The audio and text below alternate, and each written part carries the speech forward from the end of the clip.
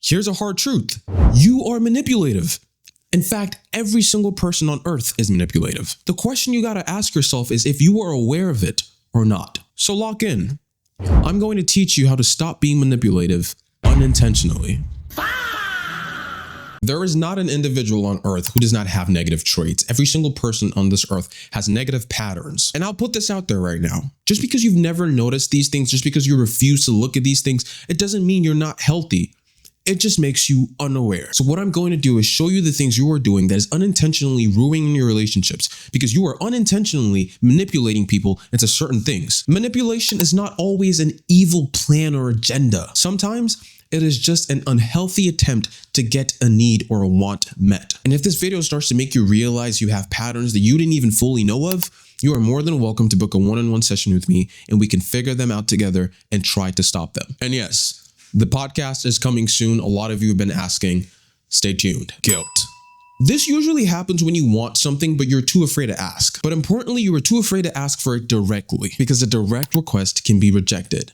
And rejection feels vulnerable. We've all been there. We've wanted things. We've wanted to ask for things, but we never knew how to. Or better yet, we didn't want to put ourselves in situations to. And instead of asking directly, you create guilt. So for example, you want to hang out with your partner maybe, or you want them to spend time with you. The healthy version of that would be something like, hey, can we spend some time tonight? I just miss you. But instead you say something like, you know what, it's fine. Clearly everything else matters to you but me. I need you to understand what happened. You didn't just express or communicate a need of yours. What you did was create an emotional consequence for them saying no, and they haven't even yet. And in your mind, you might not think you're manipulating them. And you might just think, well, they don't want to spend time with me. I'm hurt. I'm allowed to say what I want. And yes, you are hurt. But now you are weaponizing your hurt to put pressure on their choice. That is the distinction.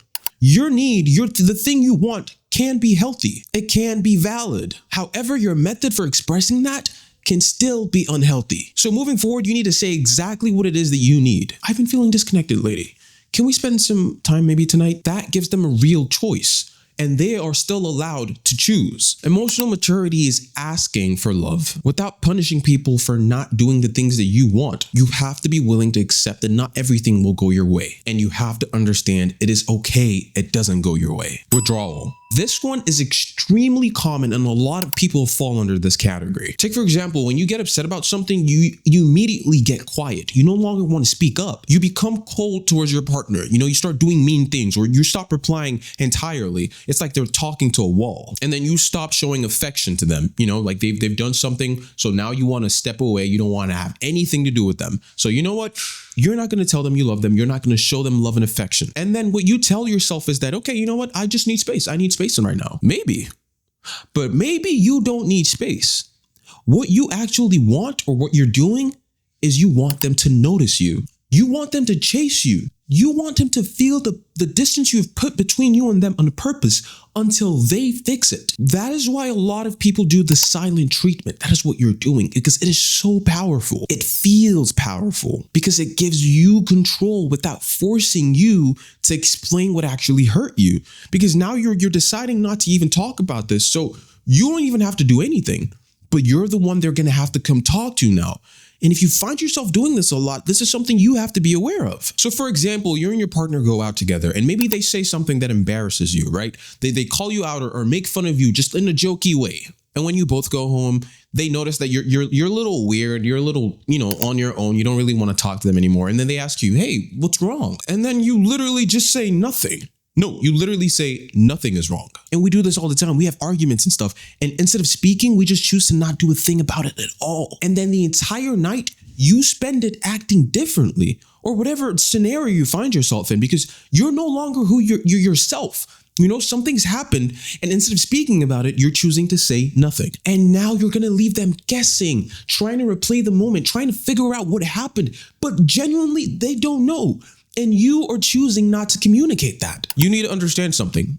That is punishment through uncertainty. Because when you leave them wondering and guessing and having to keep asking and they don't know, you are punishing them for something they're not aware of. And that's a wrong thing to do. So here's what you do if you're in that situation. If you've been hurt, you simply tell them this. What happened earlier hurt me. I need a little bit of time. I'm not ignoring you. I just need to get myself together and I want us to talk about it. You see the difference? You can take space from something without making it feel like abandonment, because that is still a person having to deal with their own emotions just as you are. You have to face it. You have to have the hard conversation. That's what being in love is. That's what being with people is. You don't get to choose when you want to talk and don't want to talk. And if you don't want to talk, that is okay. But you owe it to them and yourself to communicate that and let them know so they don't feel crazy. I'm mad at you. I just need space. I'm not ignoring you. When I calm down, we can talk about it. That's how it's done. So I need you to remember something. Taking space, you communicate when you will return. That's how taking space works. But silent treatment makes the other person have to figure it out until you return, if you return. And that is punishment. Pressure. This one happens when someone gives you an answer that you don't like. And this is so common because not a lot of people know how to take rejection. So if this is you, please listen up. So they tell you something that you don't like. You keep pushing. You keep pushing because you will never take the answer they gave you. You want them to change their answer. You explain again. You ask again. You cry again. You argue. You even bring up everything you've ever done for this person. And again, you might not be manipulating this person. You might just really feel deep down that, oh my God, they don't understand how important this is to me. Like, this needs to happen. But you need to accept that sometimes they understand perfectly well. However, their answer is still no. And the real problem here is you don't know how to accept disappointment without making the other person feel responsible for it. Let's go back to the first example. Let's say you tell your partner they want to go out, right? And your partner says, I don't really feel like going out. And then you say something like, but we never do anymore. And then you even throw something nasty in like, but wow, if your friends asked you, I bet you'd probably go, wouldn't you? Now their decision is no longer a decision. It's not a choice they have to make. Now you have turned it into proof of their love. They have to prove to you that they love you enough to do this thing for you. But really quick, I need to point this out. You can be in situations where you're actually being neglected. So you need to use your own discernment to understand that sometimes people will genuinely choose to neglect you, or just life is just happening so much that they're not communicating where they're at. Do not settle for that. Speak up about it. You're not the bad guy, but you can't communicate in a way that's proper and fair. So going back to the first example, you ask them to go out, but they can't really go out, right? This is what you say next. I'm disappointed. I'm disappointed. I was really looking forward to today, but can we choose another day? That is what it looks like to express disappointment without turning it into punishment. Because yes, people are allowed to disappoint you. They are not required to remove every emotion you feel because of their decision doesn't line up with what you want. And before someone misunderstands me, having emotions is not manipulation. Being hurt is not manipulation. Expressing your disappointment is not manipulation. Manipulation actually starts when your emotion becomes pressure or forcefully changes someone else's decision just because you can't accept the outcome. That is where the line is drawn. So just because things don't go your way, this quick solution, literally express your feeling. You're disappointed. You would have loved to, and always try to do a backup, because a lot of people stop there. Okay, fine. It didn't go the way I wanted, whatever. No, you got to still put the effort in. Try to suggest something else. Make it work. Make another day work. That's the resolution part of things. So here's the framework in its entirety. Ask directly.